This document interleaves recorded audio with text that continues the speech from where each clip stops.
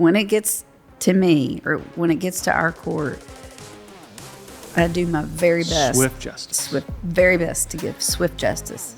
Not shirking the detail that needs to be given to it. Work hard. Right. But get it to the people who need the answers. Hey, everyone, and welcome back to Hustle on Purpose. We have a very special guest for you today, Pam Hathaway. Pam, how are you? I'm well, thank you. Good. Thank you for coming.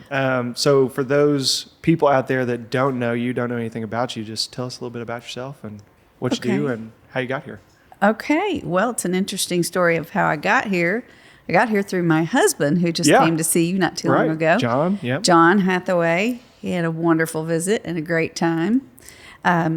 So that's how I got here. But a little bit about me. I'm married to John Hathaway.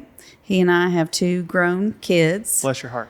Yes, 28 and 29. So, they have flown the coop, as they say. But they're always your babies. So, they still call. Yes, they're born and raised in Little Rock. And I'm an attorney. I have been for more than 30 years. But I come from Lone Oak. I'm a small town girl. Yeah. Flatlander. Flatlander. Yeah, Flatlander. It is flat. It is flat. Yeah. Yes, you can see the Simmons Tower from standing out in pretty much any field. I guess I never looked, but it is flat. Yes. So yes, famous for fish farms and famous for mosquitoes. They grow some big mosquitoes. Very big mosquitoes. Yeah. I know everywhere is like, I talk to people from different places and I feel like everywhere thinks they have the biggest mosquitoes. Mm-hmm. It's like a joke that the state bird should be a mosquito. That would be up in the running for sure. But between the rice farms and the Minna farms and all that standing water, I think we are ranking pretty up high on the list. Yeah, I would agree with you. They'll carry you away. They can do that. But Lone Oak was a sweet town to grow up in. My parents grew up there, and my grandparents, my great-grandparents, all the way back. So the mighty Jackrabbits.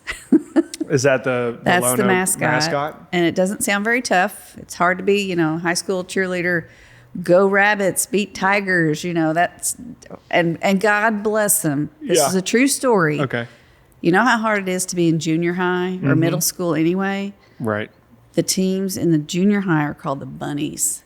So for all looking back in my growing up years, I don't know the wisdom of the adults who said, oh, wouldn't that be so cute? We'll call the junior high kids the Bunnies. Right. And these poor young boys going through puberty and trying to be tough and be big. I'm sure it probably did a number. Yeah. No 14, 13-year-old boy wants to be on the basketball team like the Bunnies. No, it just that's tough. That's a tough one. Yeah. But the origination of the mascot actually came, I don't know what year. It would have been way back, maybe close to turn of the century. They had a great track team.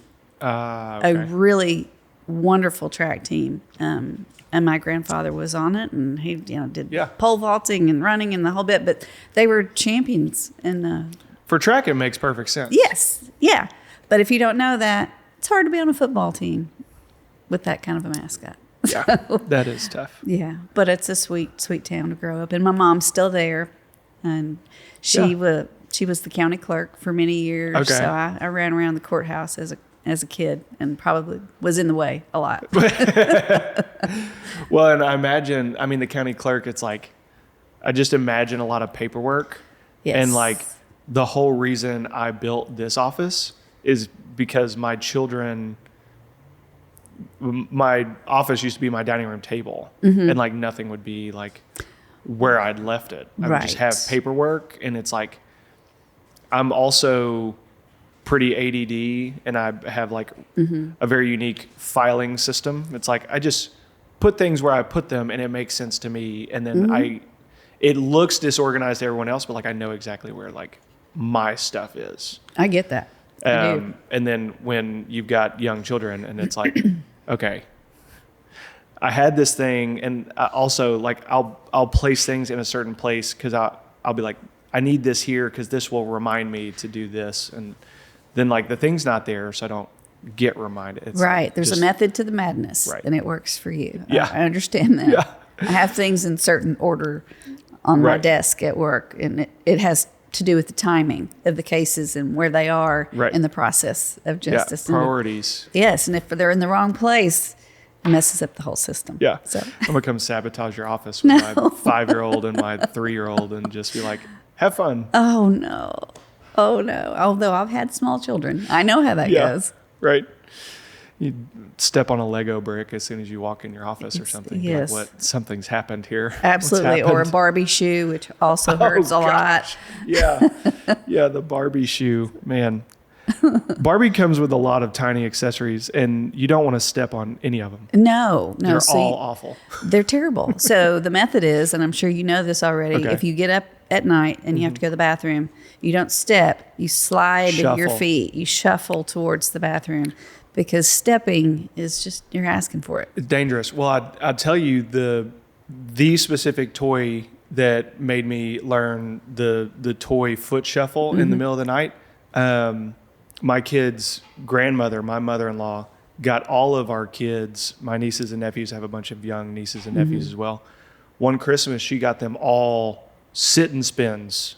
Oh boy.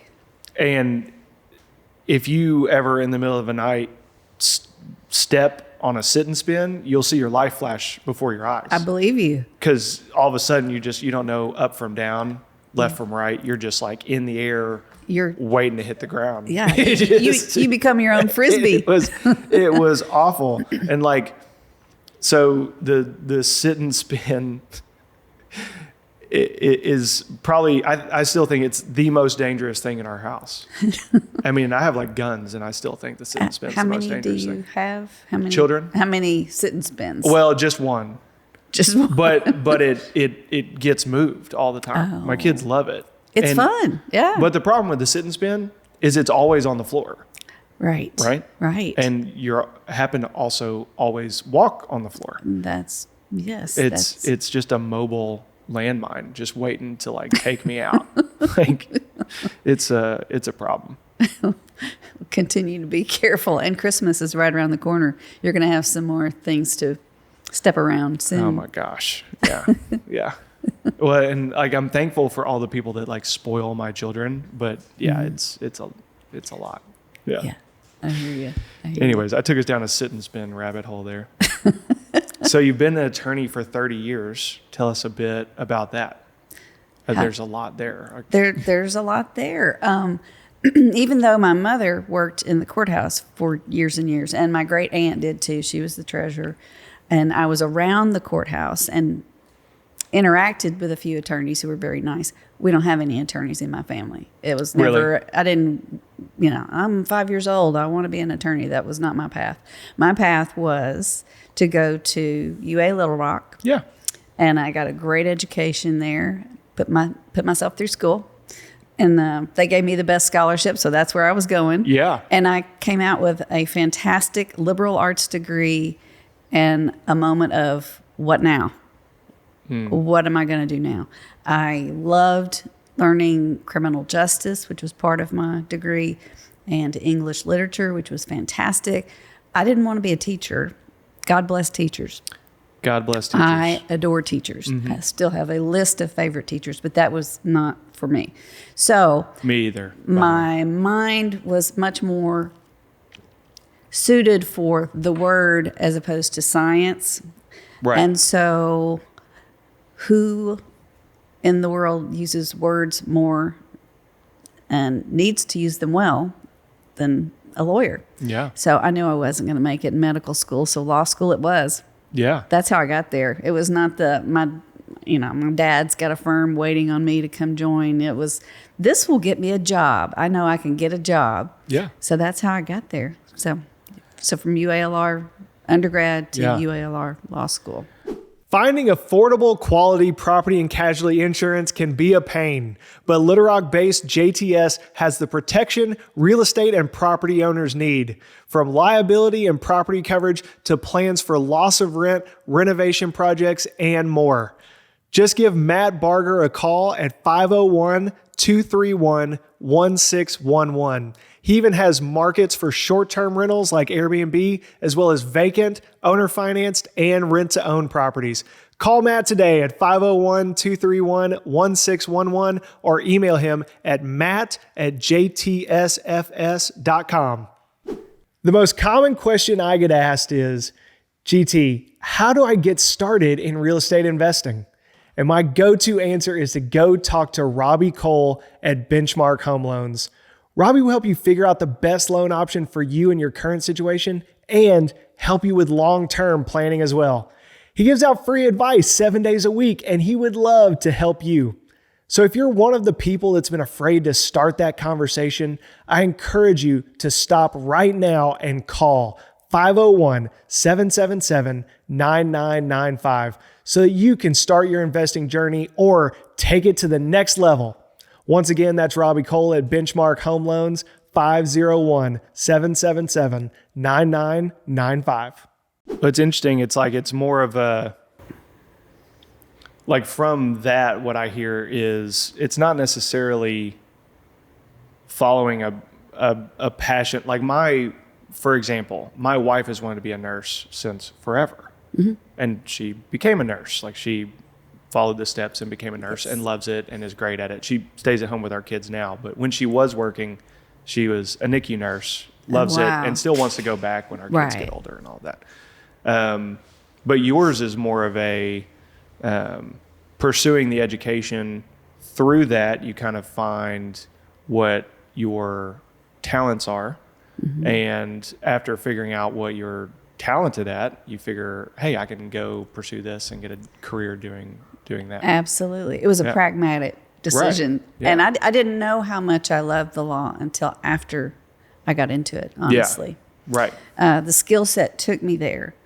But once I got into it, it's turned out to be a great career, and it's really satisfying. I started out at the Friday firm, which is one of the largest firms in the South, and I was lucky to get that job, so lucky to get that job. And I met some wonderful people. They ended up hiring me after I clerked there. But it was one of those, you go home from work and it didn't really, the satisfaction part of life was not being fulfilled there. I was good at learning how to be a defense attorney and learning how to bill hours and very demanding job. A very, very demanding job. And there are people that have been there for 30 plus years and love it and live and breathe it. And it just wasn't my calling. It wasn't for me. I knew I had the skill set, but I wasn't in the right spot. So I ended up going to the Supreme Court. I didn't even know there was such a thing as a law clerk to judges at the time. And I learned that Don Corbin, who was sitting on the Arkansas Supreme Court at the time, needed a law clerk. And I jumped in and said, hey, let me come interview with you. Yeah. And he was he's since deceased, but he was a very plain-spoken man. And he said, why in the world would you leave a big firm where you could really make extraordinarily good money for Arkansas to come do this with me? And I said, I want to have a real life. And that firm, while providing a great, great income, I know the quality of life that I want would not be compatible with that. And he hired me on the spot. Wow. And we had a great year. He taught me so much too. And I loved the Supreme Court, but it led to the Court of Appeals, which is where my real passion is. In between the Supreme Court and the Court of Appeals, had a couple of those kids we were talking about. Yeah. And that's when I took my opportunity to open my own firm. So I was the secretary, the runner, the notary, and this is before everything's electronic. Right. You know, this is running to the courthouse and making copies and all that. So I've had divorce clients, I've had contract dispute clients, and done the cases A to Z, and realized, wow, I don't think I want to run my own small firm, especially with little bitty kids. Yeah. This is educational, worth doing. I know I did a good job for my clients, but that was pretty short-lived, maybe a year or two. Yeah. Well, in hindsight, you can say it's short-lived, but man, I'm sure that was a very difficult couple of years. It was a difficult couple of years. And there were times when I would be on the phone with an attorney and I had a baby on my hip, hoping the baby wasn't going to cry. Say, please don't cry. Please don't cry. Let me, while I'm having these very formal discussions about contract provisions. Yeah. So it was a challenge. And it was its own school in a way. And so I'm glad I did it. Glad I did it. Learned from everything. Well, you did a couple of hard things at the same time, because it's like before you have kids, everyone's like, it's hard. And like before you start your own business, everyone's like, man, it's hard. Right. And no one can really tell you what it means, because what's going to be hard for you is somewhat different than what was hard. It's just no one can fully prepare you for it. Nope. You just have to, like, if you're like me, which it sounds like you might be in that sense, it's like you just have to do it, and then you're sitting there and you're like, oh, this is what they meant. Yeah. This is hard. They were hard. They were very right. And my kids didn't sleep, or they didn't sleep at the same time. Ooh. They're 1 year apart. And so I don't know. It seemed like they tag team me. I get one asleep. Right. The other one would wake up. So sleep deprivation they conspired for your misery. Yes, a little bit. Yeah. A little bit. I had a buddy that was having twins, and at the time I had 2 kids. Pretty much all of my kids, there's like a 2-year gap in between. And he found out he was having twins. And I was like, I'm not going to say it's going to be easy. It's obviously going to be really hard. You're having twins. Right. But there's a part of me that's like a little jealous, because like they're in the same size diapers. They're going to be on the exact same like feeding schedule, sleeping schedule, like same schools. They're going to wear the same clothes. Like, yes, you have to get 2 of everything, but like everything kind of like stays the same. Like, I'm not saying that having twins would be any easier than having them, with a gap in between. But I was like, there are some pros. Sure. There's definitely some cons, but there's some pros. Yes, I agree with you. But I love your story because it's, I think it just speaks to, you learn from the doing. Yes. And, through just taking some action. Like you go to college, and through that you learn that you have this affinity for words and, using words in like the legal profession. And I think we put so much pressure on children and young adults to, what are you going to do? What are you going to be? Right. Like you have to like pick and like follow this path. I know I've certainly felt that pressure. And for me, my path has been very zigzagged and all over the place. I find I have passions for things and go like do a deep dive and figure out like you with the legal profession. It's like you get into that and all of a sudden you find out there's more avenues within the legal profession than you could have ever imagined. Right. And like you try defense attorney for a big firm, and there's things you like about that, but you find you want more purpose. And, I think there's something really beautiful about that. And I think we need to like normalize that, like it's okay. I would like to see that too, because like I said, I didn't come into first grade knowing I want to be a lawyer. I had no idea. Right. I had no idea what I wanted to major in college. That's why I took so many different kinds of courses and had a liberal arts degree that was almost packaged with different disciplines because I couldn't pick. Yeah. And I actually got an associate's degree in sign language as an associate's degree because I couldn't make up my mind on a major, and I was so close to getting a minor. Right. And that, I said, well, might as well just get the degree. So, and that was fun. I actually did some sign language. You still remember your sign language? If you don't use it, you lose it. But I do remember, you're going to, all right, M. M, N, N. O. M, N. I know. Yeah. My name's Pam, P-A-M. There you go. Okay. Yeah, that's good. And we are working. It depends on if you want to do American Sign Language or Sign to English. Because Sign Language is pictures. American Sign to English is like, I am going to the store. Yeah, you like spell it out. Yeah. And if it's ASL, you're just like, you build the picture. It's like, there's the store. I'm going. Does that make sense? Yeah, I never knew the difference. The difference between the two. Okay. So I actually got to do some interpreting for shopping, which was great, going to Dillard's with a client. Yeah. But I got in way too deep. I got sent to a doctor's visit, and I think I had hives before I left because I was terrified that I was not communicating correctly, and that's critically important. And the verbiage is hard. Mm-hmm. So I learned my limitations pretty quickly. Yeah. But I also did an internship at the School for the Deaf as part of that education. Yeah. And here's a fun fact.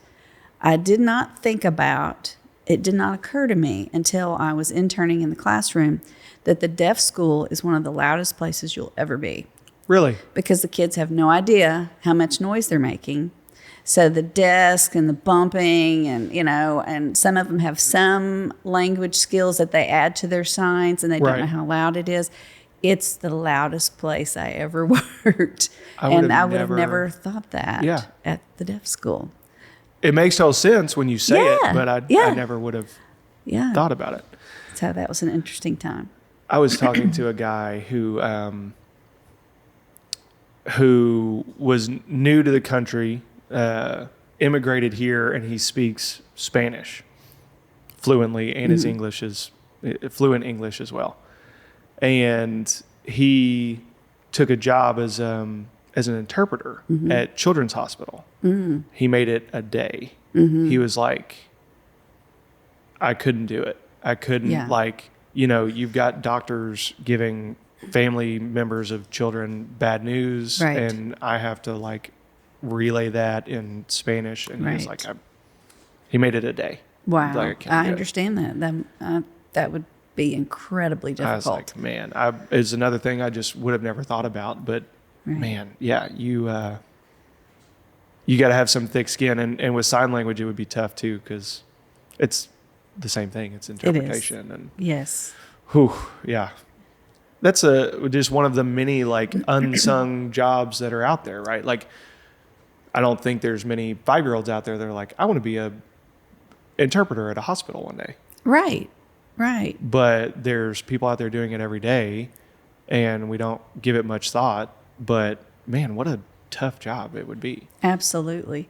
And within the court system, interestingly enough, there is a certification program, because you can understand it has to be extremely precise when you have testimony, and could be any kind of case, You got those lawyers out there nitpicking the words to death. Well, and how things are interpreted socially can have subtleties between languages. So there is a certification process you can't just bring somebody that speaks Spanish to court with you and say, this is going to be my interpreter. Right.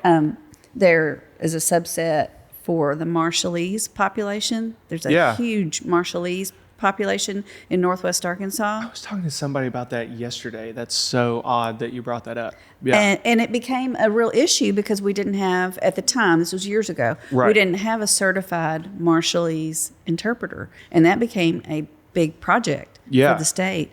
I'm proud to say we do, but Well, it's such a weird thing. So I want to touch on that, because I had this conversation with a guy yesterday. Then he was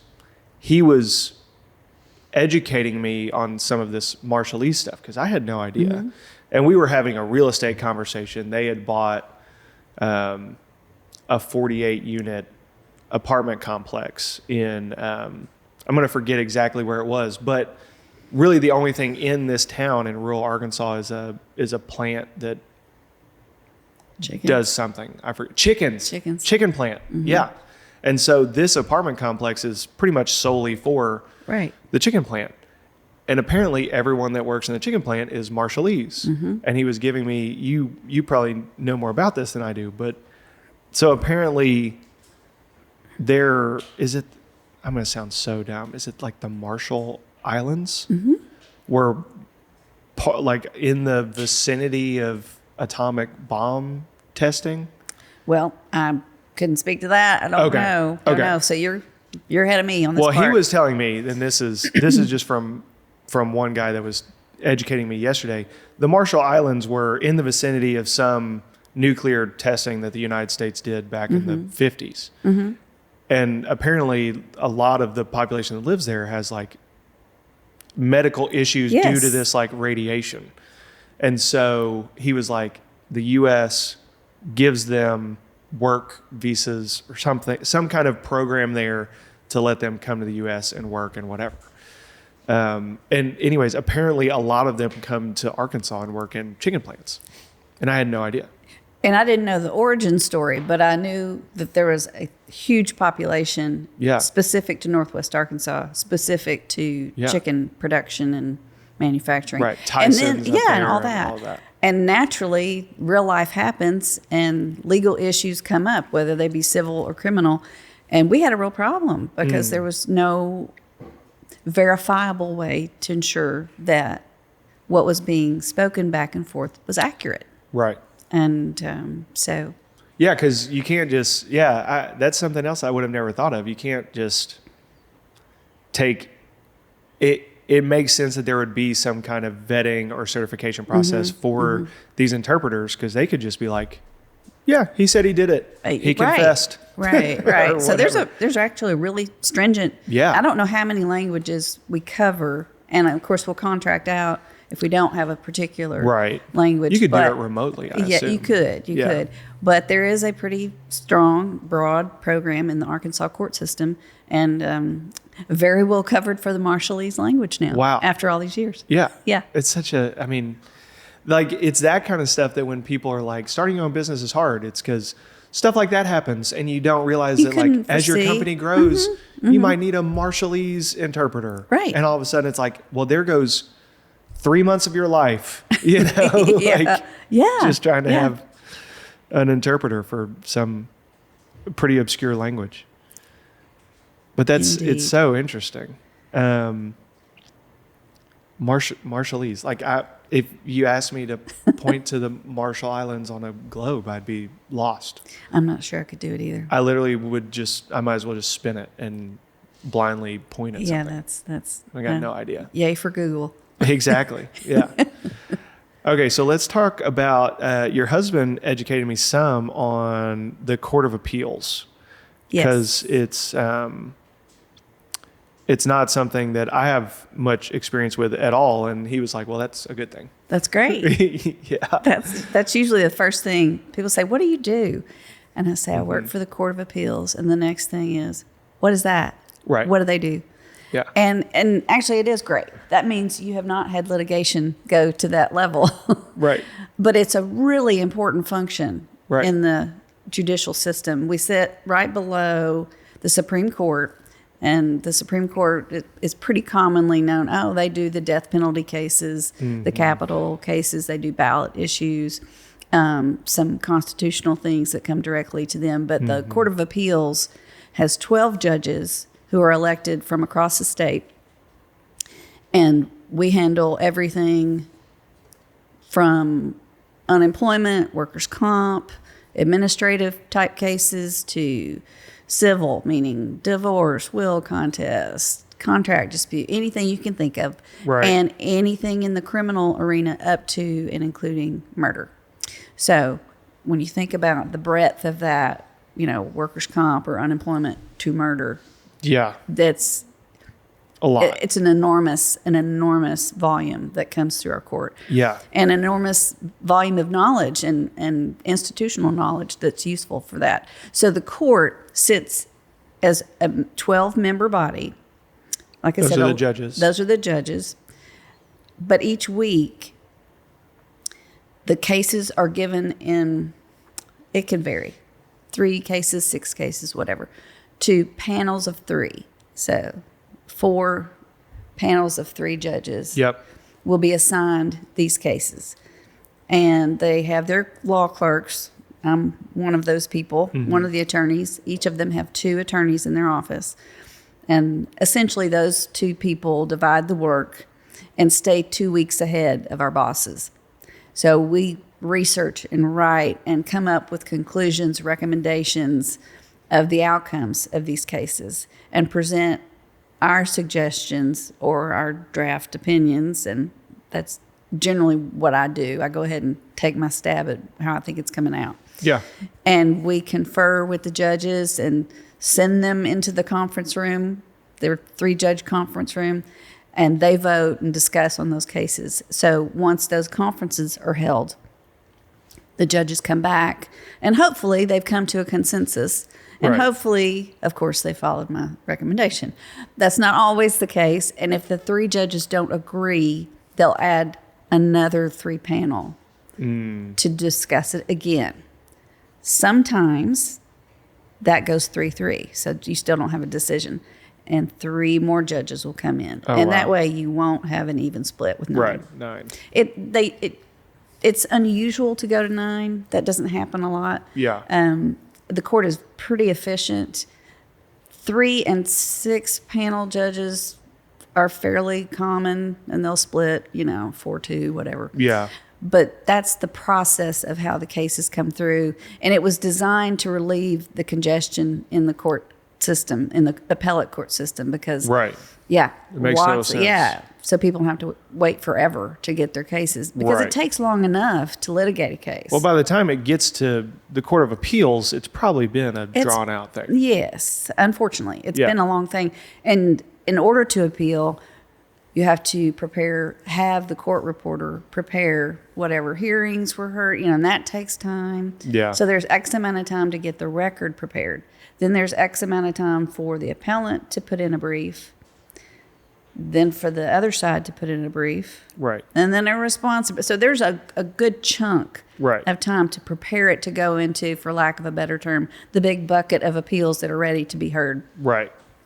But I can tell you that once it hits my desk in our office, I'm typically done, and my judge is typically done in 2 weeks. That's great. Yeah. I think that's what the public deserves. Yeah. They've waited long enough. Yeah. So I strive to get into the case, give it the proper attention that it deserves and the research that it deserves, and confer. There is some collaborative work with the other offices and the other judges, but come out with a good product that's correct and that's done swiftly. I mean, that's what John said. He'll call you and ask what you're doing, and you'll say, dealing out swift justice. That's right. I'm dealing out swift justice. What do you need? Yeah. Well, how can I help you? How can I help you? But that's really satisfying. And circling back to that satisfaction point. Right. It's a wonderfully satisfying job, because my goal is to do what's fair. I mean, who wouldn't love that every day? I go to work. I want to make sure something was handled fairly. Right. So when you leave at the end, handled. Like handled's a big part of that. Like it's settled and done and correct. And this matters. I mean, the cases I'm telling you about, I told you about how wide the range is, but a lot of it is, termination of parental rights or juvenile cases or custody cases. And, these are important. And every case is important. Right. Whose ever brief I have on my desk, it is the most important case to them, and I know that. So. Yeah. Yeah, I hadn't even thought about that when you've got custody and you've got children involved. And, if a court case takes a year, 2 years, 3 years, like there's a big difference between a 4-year-old and a 7-year-old. Yes. Like it's a long time in a child's life to be wrapped up in. Absolutely. And that really underscores what I'm trying to say, which is when it gets to me or when it gets to our court, I do my very best. Swift justice. Very best to give swift justice. Not shirking the detail that needs to be given to it. Work hard. Right. But get it to the people who need the answers. So you have like a passion for reading. It just sounds like an overwhelming amount of reading. It's a ton of reading. And yes, it is definitely, you have to get in the zone. Right. You're talking about falling down the rabbit hole or whatever. You kind of have to get in the zone of reading and knowing what to look for. And researching, knowing what to look for, and Right. knowing what resources will get you where you need to go, and understanding the history of the case law that's come along that has to be upheld. So when you kind of get in that zone, Right. I can dole out swift justice. It just seems like experience would be so important because I can only relate to it through like real estate, but I worked at a job for a real estate investing company, and through that renovated like, I don't know, like 500 houses in Central Arkansas. And like with residential houses, they're all different. Every house Sure. is very unique and whatever.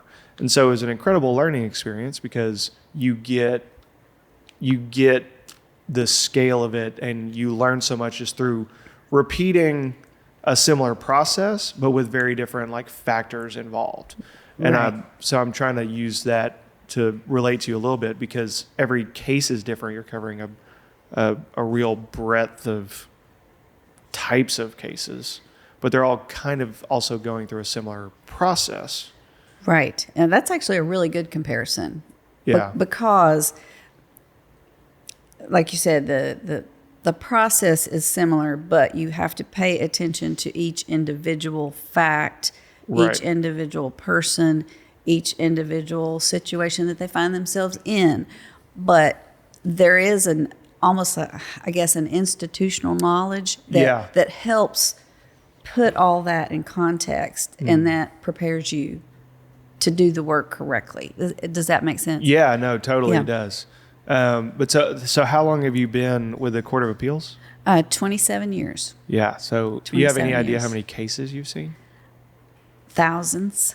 Thousands. And I've worked on motions too. That's a whole nother process. When What's the attorneys, difference in a motion? a motion we hear weekly, where an attorney will a typical motion would be to ask the court, I need 2 more weeks to get my brief done, and for these good reasons, and they're good or not, and the other side will oppose. And so does the judge either like grant? It's the grant motion or deny, okay. and that's heard by the whole 12 judges. So you have to have a majority. Yeah. So every week we've got motions that are coming through that need to be answered, and those, Oh, man. yeah. I'm getting nervous just. I got about a thinking day. of- I have yeah. about a day to process the motions and give recommendations. Okay. And so, Yeah. and so the 12 judges go into the inner sanctum, and then they vote on those motions too. But So who is the judge that you're under right now? Mark Klappenbach. Klappenbach. That's a cool name, right? Yeah. He's from Fordyce. His family had a bakery there for many, many years. It's since closed, but he's my 5th judge. Like I said, I worked for Supreme Court first. That was Don Corbin, and he has passed, but he was a character. I wish he were still alive so you could interview him. I wish my name was Don. You wish your name was Don. That is a cool name. Yeah, Donald. But yeah, Don's a good name. Yeah. He was strong a name. good man. I'm sorry you couldn't interview him. He would be very entertaining for you. Then my next judge that I worked for, all the rest have been at the Court of Appeals. Okay. John Robbins from Hot Springs. I worked with him for 16-ish years. Oh, wow. And he's been my biggest cheerleader and best mentor and Yeah. best boss. He was awesome. After that, I worked for Kenneth Hixson. He lives in Fayetteville. Then Cliff Hoofman, who is now a retired farmer. He was in the legislature as well. And then Mark Klappenbach. So Wow. long list. Yeah. Yeah. Thousands of cases. And thousands. That's I've impressive. probably, over 27 years, it depends. And can I step back to the cases that get handed to a panel, say? Okay. Of that panel, each one of those judges will get a writing judge. They'll be the one with the name at the top, hopefully with the other judges joining them at the bottom. So those are the writing cases. Okay. But we work on all of them. So if their name goes at the bottom, I'm writing a memo saying, here's how I think this case should come out. This point's right. This point's wrong. This da-da-da-da. But if it's my case to write, over the years, I've probably written opinions that go out from the court up in the number well over 1,000. Wow. Well over 1,000. So in the books, so to speak. Yeah. They're not real books anymore. It's all virtual. Right. Yeah. Electronic, which is a whole nother issue, which is great and terrible at the same time. Yeah. But having worked on cases and written memos and motions, thousands and thousands. Yeah. So you're, you've got a lot of the, what's the word? I just imagine that a lot of what it is like citing previous like legal precedents, right? So like people will be citing your your stuff, which is kind of cool. That is pretty cool. Yeah. So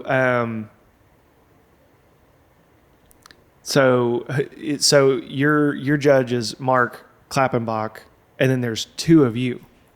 Yes, there are two of me. Yes, there's another attorney that works with me, and we, as best we can, evenly divide whatever caseload's coming to him in a week or so. Are y'all like besties?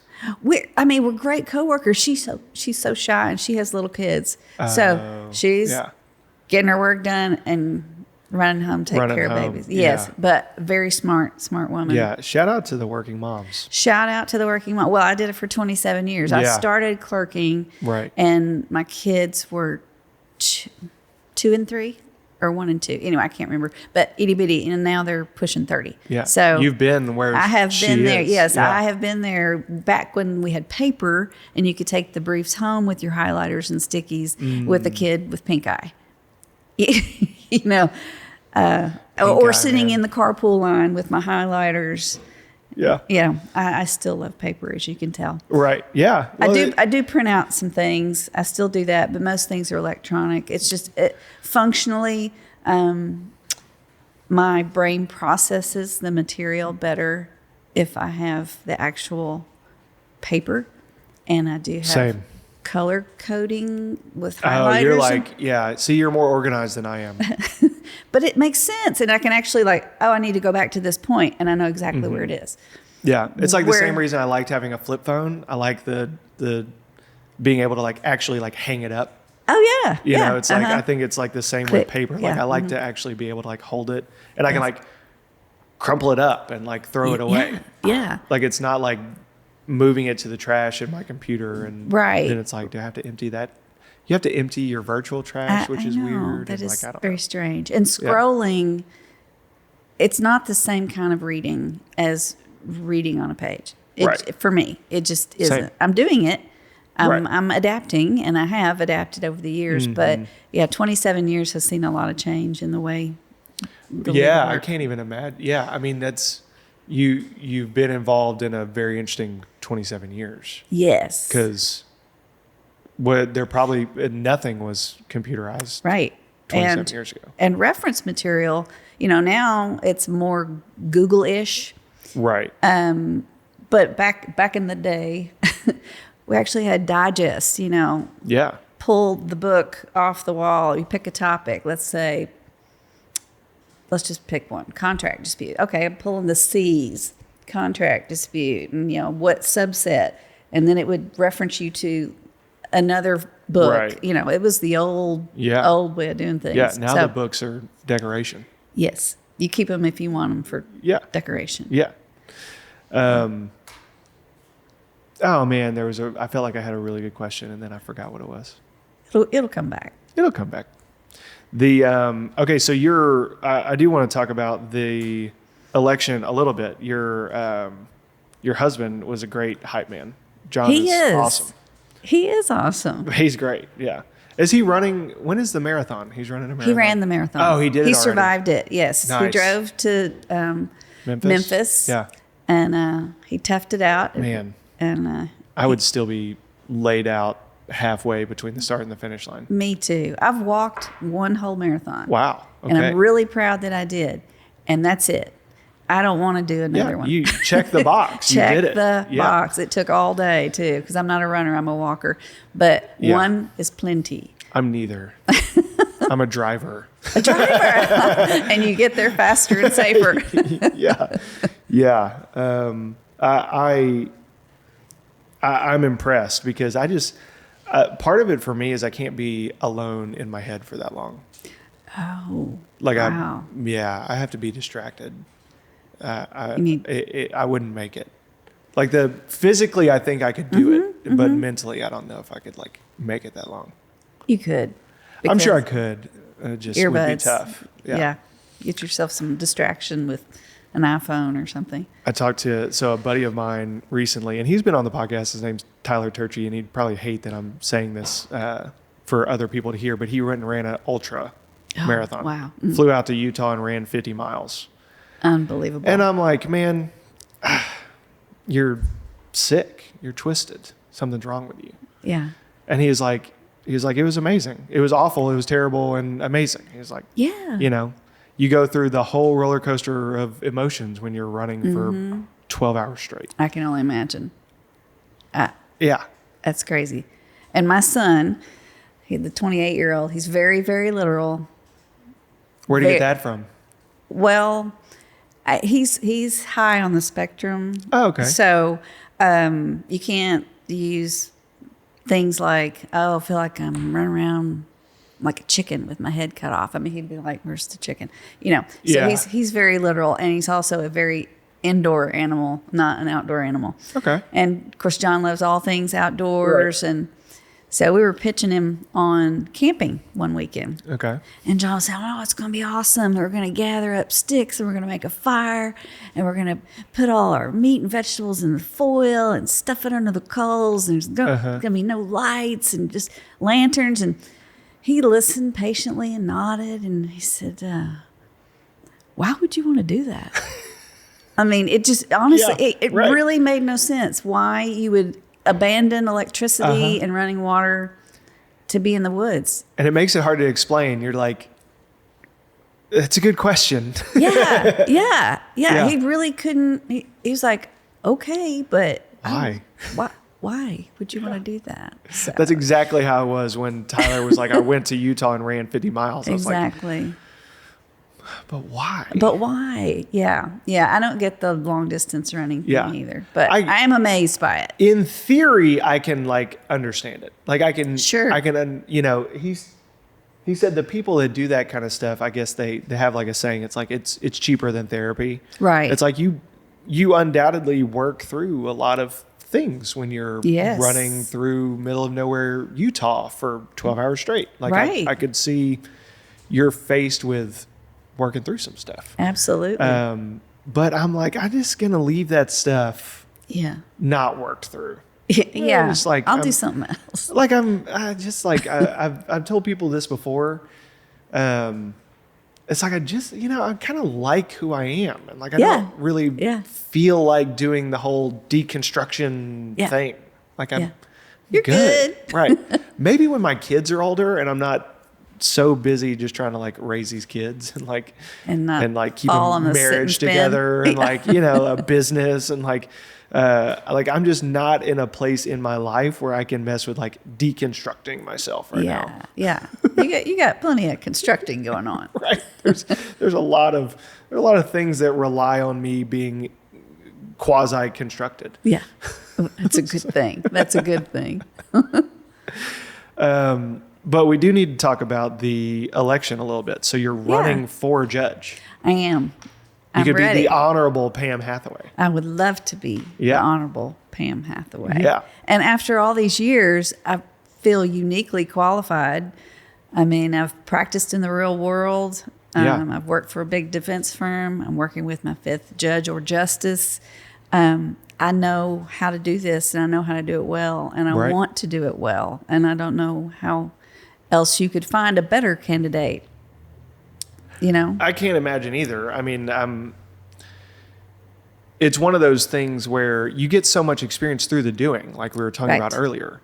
Who else is going to know the connections and the inner workings of how the things go, and like the experience with doing thousands of cases and being the writing clerk judge. on thousands and thousands. I mean, there's just no shortcut to that experience. Right. You can only get 30 years experience by doing 30 years worth of experience. It's, right.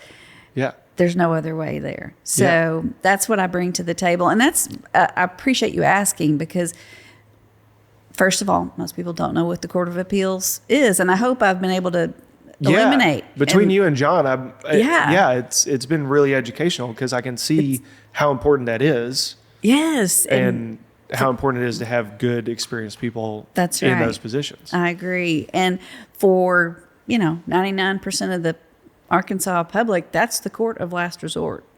I mean, you have an opportunity to ask the Supreme Court to take the case after the Court of Appeals, but they don't have to take it. So most cases end at the Court of Appeals. So that's how that works? Because that's something I was going to ask earlier. How does something go from the Court of Appeals to the Supreme Court? By petition. You can petition for review.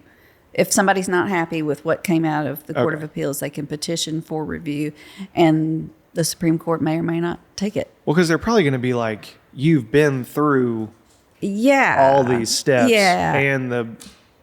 I guess unless maybe it's one of those situations where it's like you went from a 3-judge to a 6-judge to a 9-judge. I would say a 9-judge split is going to get the attention, obviously, more from the Supreme Court. That would make sense. There's something. Yeah.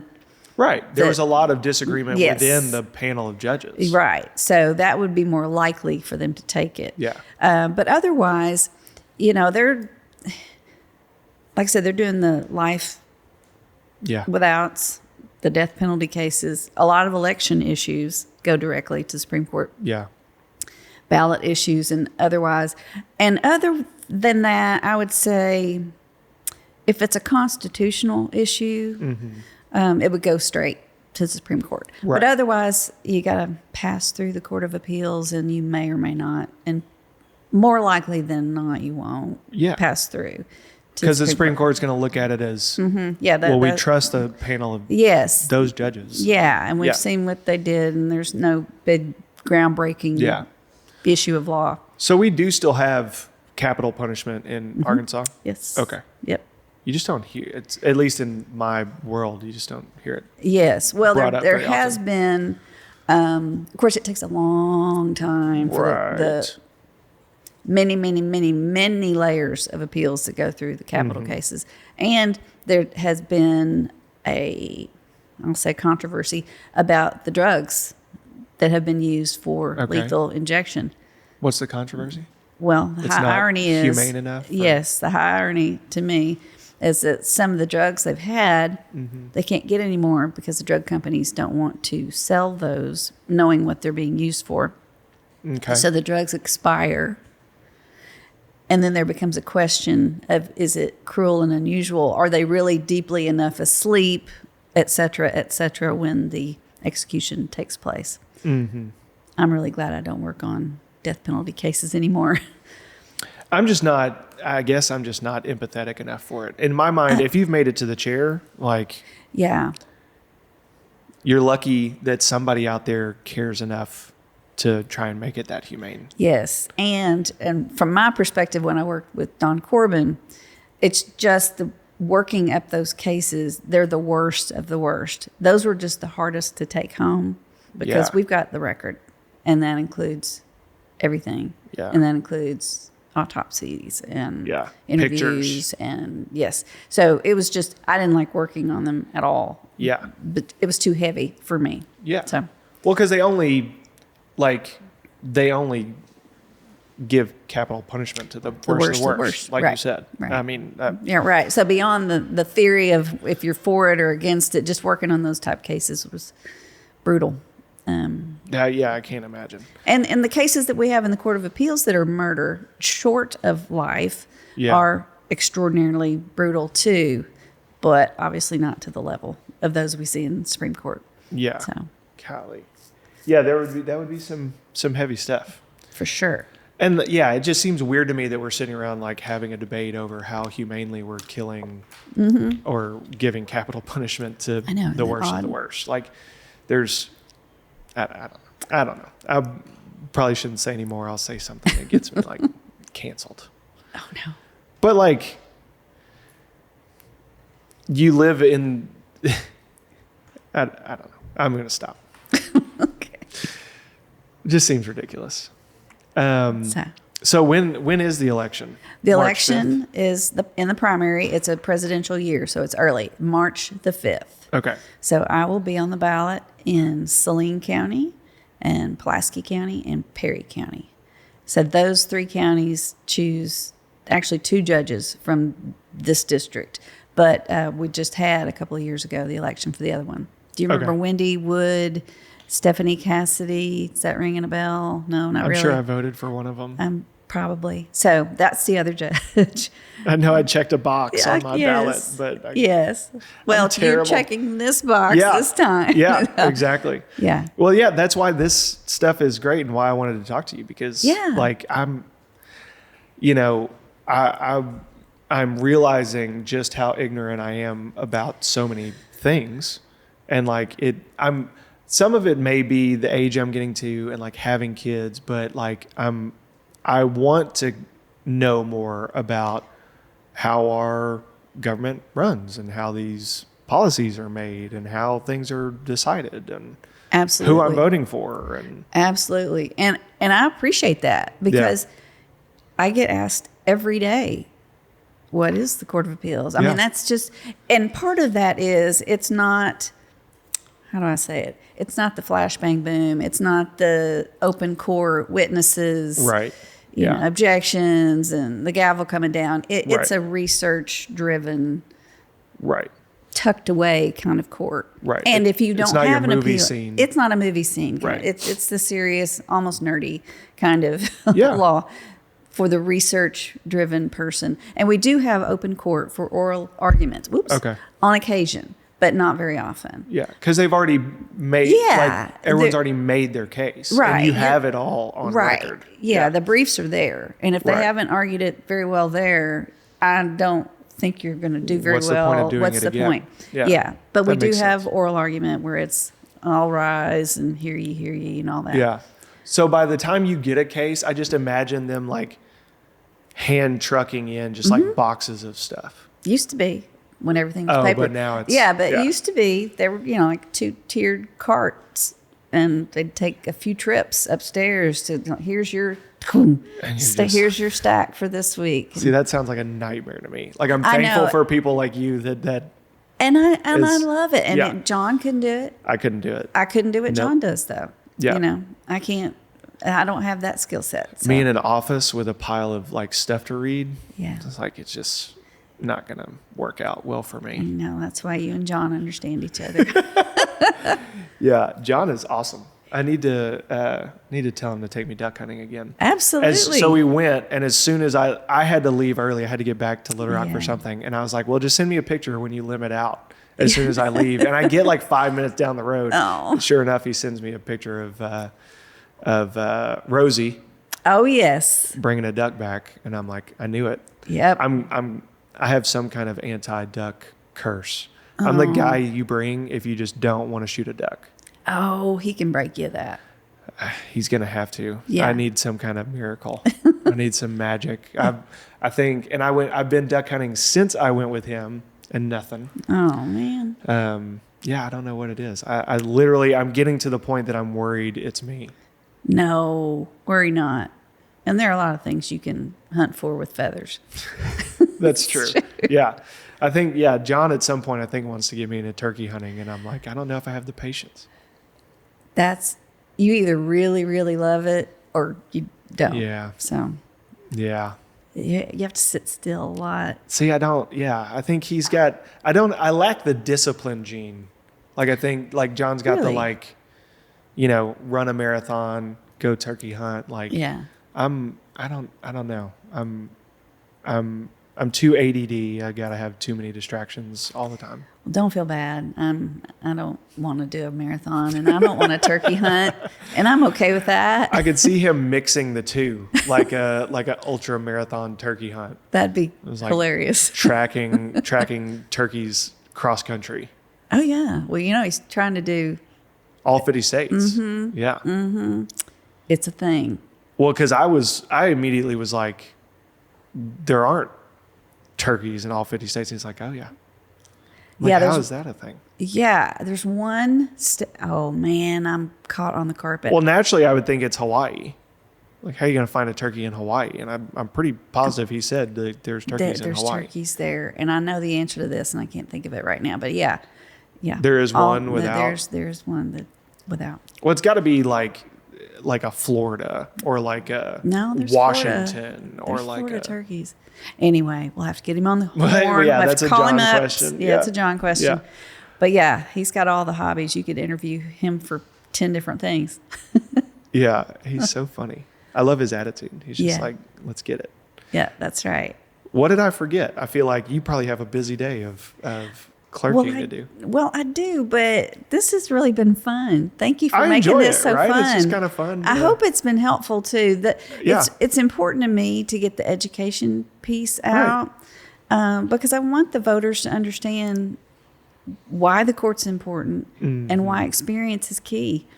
Because otherwise, it's just like, I don't know, just fill in this blank. And yeah, they're like me, last election, you just but not now. Check a box. Not right. Now. And all the people that, now magically the people that watch your podcasts. We should do something where like the ballot has some kind of like resume, like a little brief, like what you've put on your card here. Yeah. But even like,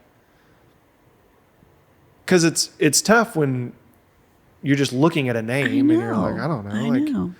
It's like how many elections have just been decided by you have a cool name. I was actually thinking this as you were listing off the judges' names that you've worked for. You started with or like Don, and I'm like, that's a cool name. That's a cool name. And like a lot of these guys have cool names, and I'm starting to think like, how many elections are just decided by that guy's got a cool name?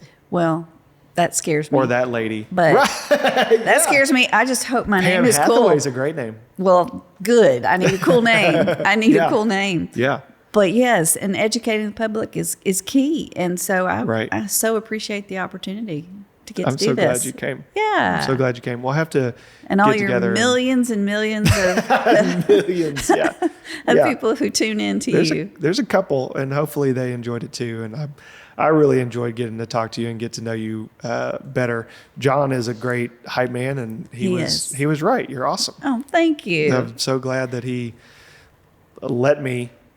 He put us in a group text together. Yeah. It's always weird when you're like texting someone else's wife. Oh, I know. You know what I mean? Yeah, but I like get that. he John made it not weird. It's all good. So Yeah. Yeah. Well, I'm so pleased to get to know you better too. Thank you so much. We'll have to get my wife and Steph, and we'll go out to dinner or something, and y'all can listen to John and I talk about real estate for hours on end. Yes, y'all can do that. We will talk about something else, I promise you. Perfect. Well, thank you so much for coming. If you're in Pulaski, Saline, or Perry County, be sure to vote for Pam on March 5th for Judge Circuit Court of Appeals. Court of Appeals? Arkansas Court of Appeals. Arkansas Court of Appeals. Yes. Where did I even get circuit? I just made that up. But that's okay. I just made that up. So, yes, Arkansas Court of Appeals. That's right. Thank you so much for coming, Pam, and thank you all for listening. If you're listening, you can check us out on YouTube and watch some of our excellent sign language instead of just listening to it. If you're watching, you can listen to us wherever you get your podcasts. Thanks for tuning in, and see you next time, and hustle on purpose. Thanks for watching. If you liked that video as much as we liked making it, be sure to check out another one. You got one here. You got another one over here. If you want to listen to the podcast audio only, go check out the Spotify link in the description. And if you haven't subscribed to the channel, please consider doing so. It helps us out a ton. And please hit the bell if you want notifications anytime we drop a new video. Hope to see you on the next one.